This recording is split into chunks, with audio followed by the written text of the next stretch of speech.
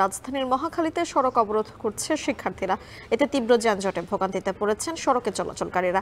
সেখানে আছেন আমাদের সহকর্মী শাহাদাত অভ্র, চলে যাচ্ছে তার কাছে।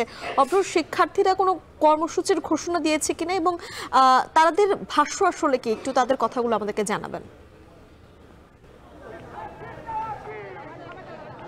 এই মুহূর্তে আমি ঠিক তিতুমির যে কলেজটি আছে তার সামনের যে সড়ক, সেই সড়কে আছি।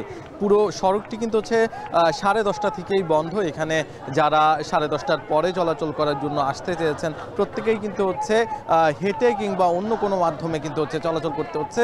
বাস কিংবা রাস্তা ধরে যে কোনো যানবাহনে কিন্তু চলাচল করা যাচ্ছে না। আর এর মূল কারণটি হচ্ছে মূলত এখানে যেই চলমান আন্দোলন, এর আগেও 5ই আগস্টের পর থেকেই মূলত তিতুমির কলেজকে যেই তিতুমির বিশ্ববিদ্যালয় করার দাবি, সেই দাবি নিয়েই কিন্তু তাদের এই আন্দোলন এর আগেও হয়েছে, এখনও হচ্ছে।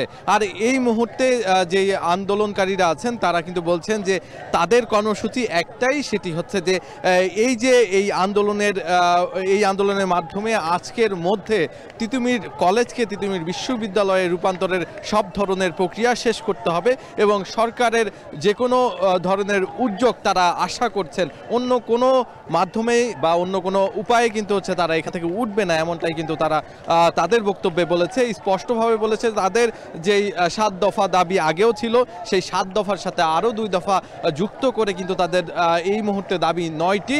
তার মধ্যে আছে তিতুমির কলেজকে বিশ্ববিদ্যালয়ে রূপান্তর করা এবং একই সাথে তাদের যেই ছাত্রীদের যেই হল আছে, হলের সুবিধা নিশ্চিত করা।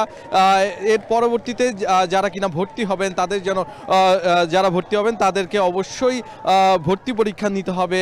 যে তিতুমির কলেজ কিংবা রূপান্তরিত হয়ে তিতুমির বিশ্ববিদ্যালয় হলে সেই বিশ্ববিদ্যালয়ের নিজস্বভাবে ভর্তি পরীক্ষা নিবে, এমনটাই কিন্তু তাদের আশা।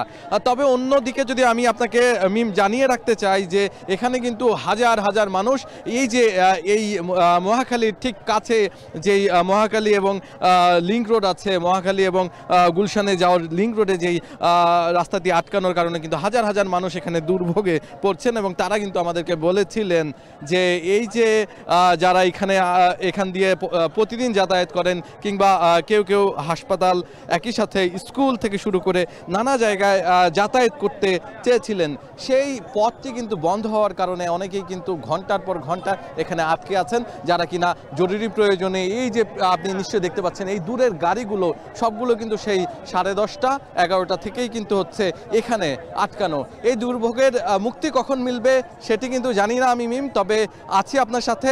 পরবর্তীতে কি হয় সর্বশেষ আপডেটটি আপনাকে জানিয়ে দিব।